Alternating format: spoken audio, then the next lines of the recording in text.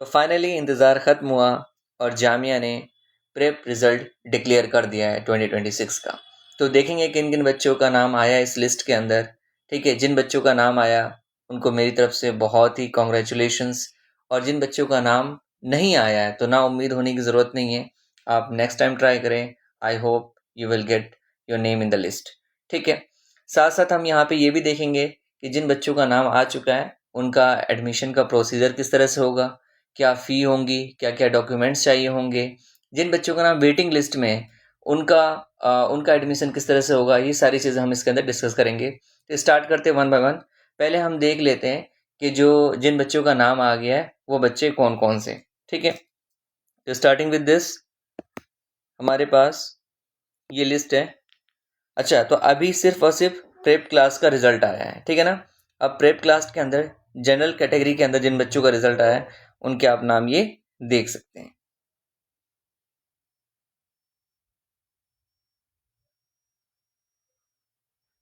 ये हो गए जनरल कैटेगरी के बच्चे जिनका जो सिलेक्टेड है। अब यहाँ पे जनरल कैटेगरी में ही जो ये यहाँ तक फर्दर और है 36 स्टूडेंट्स है जिनका नाम आया है। और अब यहाँ पे हम देखेंगे जनरल कैंडिडेट जिनका नाम वेटिंग लिस्ट में है।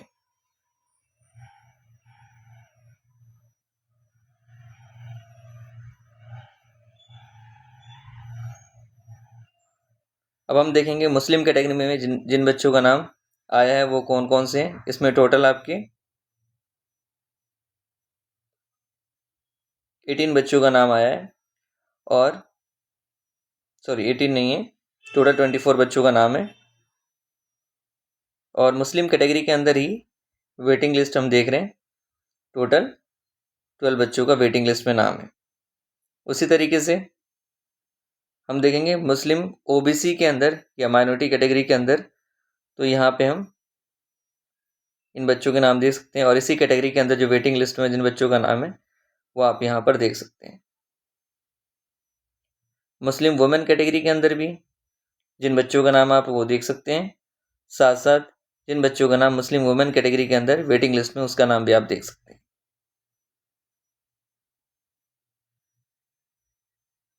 उसी तरह से जो पीडब्ल्यूडी कैटेगरी के अंदर है उनका नाम भी आप देख सकते हैं, और इनका वेटिंग लिस्ट में भी आप नाम देख सकते हैं।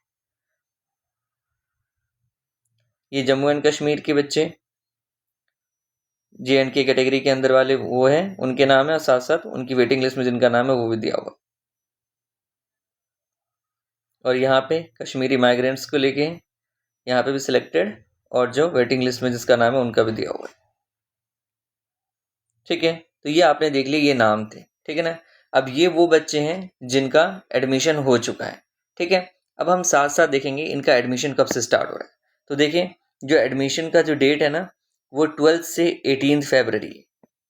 12 से 18 फरवरी है, मतलब 12 फरवरी 2026 को स्टार्ट होगा। लास्ट डेट जो रहेगी 18 फरवरी 2026 को होगी। साथ बात करें क्लास की, तो इनकी जो क्लास स्टार्ट हो जाएगी 1 अप्रैल 2026 से हो जाएगी। अभी जो मैं आपको डिटेल्स बताऊंगा एडमिशन के रिगार्डिंग, वो तीनों के लिए वैलिड है, चाहे वो प्रेप क्लास हो, चाहे वो नर्सरी हो, चाहे फर्स्ट क्लास के लिए। ठीक है ना? तो ये आपकी डेट रही कि 12 से लेके 18 फरवरी तक एडमिशन का डेट रहेगा, 1 अप्रैल से क्लास होगी। अब जो है ना, एज बहुत मैटर करता है बच्चों के मामले में।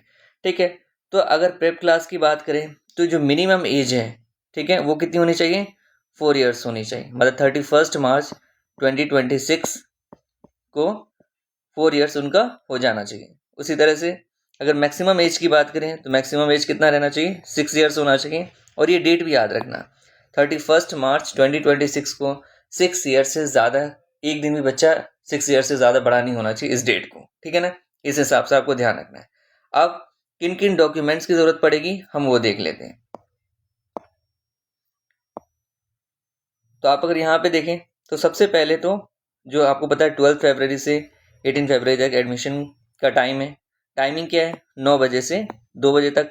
आपको ऐसा नहीं कि ऑनलाइन ये एडमिशन प्रोसेस है, आपको जो पूरा प्रोसेस है एडमिशन का वो आपको फिजिकली यूनिवर्सिटी में जाकर देना होगा। ठीक है ना? जो जितने भी डॉक्यूमेंट्स वगैरह वो सारी चीज़ आपको यूनिवर्सिटी जाकर ही सबमिट करनी पड़ेगी। ठीक है, अब देखते हैं क्या क्या डॉक्यूमेंट्स की ज़रूरत है। तो सबसे पहले तो जो एप्लीकेशन फॉर्म आपने भरी होगी, कब, जब आपने फॉर्म भरा होगा, उस वक्त जो एप्लीकेशन फॉर्म मिलता है वो एप्लीकेशन फॉर्म आपके पास होनी चाहिए।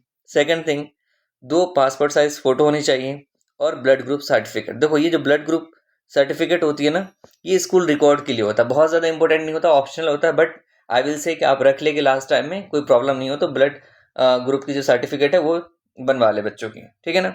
साथ साथ आपको जो बच्चे की बर्थ सर्टिफिकेट है, ठीक है, बर्थ सर्टिफिकेट बच्चे की होनी चाहिए। आपको देखो ओरिजिनल भी लेके जाना है और आपको कॉपी भी लेके जाना है। जो कॉपीज है वो रख ली जाएंगी, ओरिजिनल सिर्फ जो है रीचेक के लिए या वेरीफाइंग के लिए यूज़ होता है, ठीक है ना। अब बर्थ सर्टिफिकेट ध्यान रहे, जो प्रेप क्लास के बच्चे हैं और जो नर्सरी क्लास के बच्चे हैं उनका जो बर्थ सर्टिफिकेट है ना, अगर हम बात करें कोई बच्चा गांव का बच्चा है या हाँ गांव वाले एरिया देहात वाले एरिया से आते हैं, तो उनका जो बर्थ सर्टिफिकेट है वो बीडीओ लेवल तक का होना चाहिए। मतलब जो बीडीओ होते हैं उनकी साइन होनी चाहिए उसके ऊपर। और उसी तरह से अगर हम बात करें टाउन के अंदर है, शहर के अंदर कोई बच्चा है, तो उसका जो है म्युनिसिपल से होना चाहिए, एमसीडी से होना चाहिए उसका, ठीक है। तो ये ध्यान रखना है बर्थ सर्टिफिकेट के अंदर। साथ साथ अगर उसके साथ साथ दूसरी चीज़ जो है वो है आधार कार्ड। आधार कार्ड जो जनरली लिया जाता है यहाँ पे, वो आपके एड्रेस प्रूफ के लिए लिया जाता है, ठीक है। ये चीज़ हमने देख ली है। यहाँ पे कैंडिडेट्स के भी आधार कार्ड होने चाहिए आपके पास और पेरेंट्स के भी होने चाहिए। साथ साथ बहुत सारे, जैसे हमने देखा कि मुस्लिम कैटेगरी है, साथ साथ पीडब्ल्यूडी कैटेगरी है, उसी तरह से मुस्लिम ओबीसी है, एसटी है, तो इनके लिए ना एक आपको सेपरेट फॉर्म होनी चाहिए। जैसे अगर ख़ास तौर से अगर आप ओबीसी हो और एसटी हो, तो इसके लिए आपके पास तो सर्टिफिकेट होनी ही चाहिए। जो रिजर्व कैटेगरी की जो सर्टिफिकेट होती है, कास्ट सर्टिफिकेट जिसे कहते हैं, ओबीसी की, एसटी की, वो होनी चाहिए। साथ साथ आपको एक फॉर्म परफॉर्मा मिला है, वो फिल करना है डिक्लेरेशन का, ये वाला फॉर्म। आप देख रहे हो ये ओबीसी और माइनर, अगर कोई मुस्लिम में अगर आपने इस कैटेगरी के अंदर फॉर्म भरा है तो आपको ये फॉर्म भर के साथ में देना पड़ेगा बाकी डॉक्यूमेंट्स के साथ साथ। उसी तरह से अगर किसने मुस्लिम जो कैटेगरी के अंदर, चाहे वुमेन के लिए हो चाहे जो है मेल के लिए हो, तो मेल के लिए ये वाला है और मुस्लिम वुमेन के लिए ये वाला है। तो ये सर्टिफिकेट आपको जो है साथ साथ फॉर्म के सबमिट करनी पड़ेगी। अगर आपको चाहिए, अगर आपको ये एक्सेस नहीं कर पा रहे हो तो आप कमेंट कर देना, मैं आपको अटैच कर दूंगा, आप वहाँ से इसे डाउनलोड कर सकते हैं। अब आती है बात कि सर फ़ी क्या रहेगी। तो फ़ी अगर हम बात करें तो आपको पता है सैयद आबिद हुसैन के अंदर ही सबका एडमिशन होना है। तो जो टोटल फ़ी जानी है ना, वो सारे एडमिशन फ़ी और जो ओवरऑल जो पूरे साल का जो फ़ी है एडमिशन को इंक्लूड करके, वो कौन कौन सी फ़ी रहेगी आपकी। अच्छा, इसके अंदर याद रखना, ये जो आपके यूनिफॉर्म वगैरह नॉर्मली इसके अंदर इंक्लूडेड नहीं रहते, ठीक है।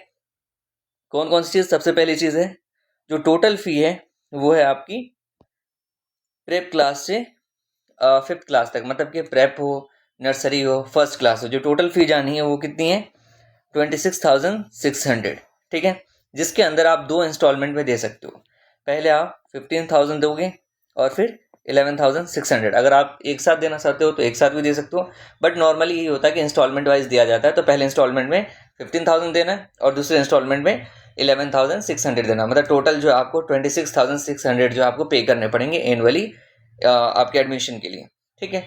और भी कोई डाउट हो तो आप जो है कमेंट में आप पूछ सकते हैं। तो ये जितनी भी चीज़ें थी एडमिशन के रिगार्डिंग वो मैंने आपको बता दी। साथ साथ जो रिज़ल्ट है वो उसको मैं अटैच कर दे रहा हूँ, जहाँ पे आप नाम आसानी से देख सकते हैं। Thank you, have a good day.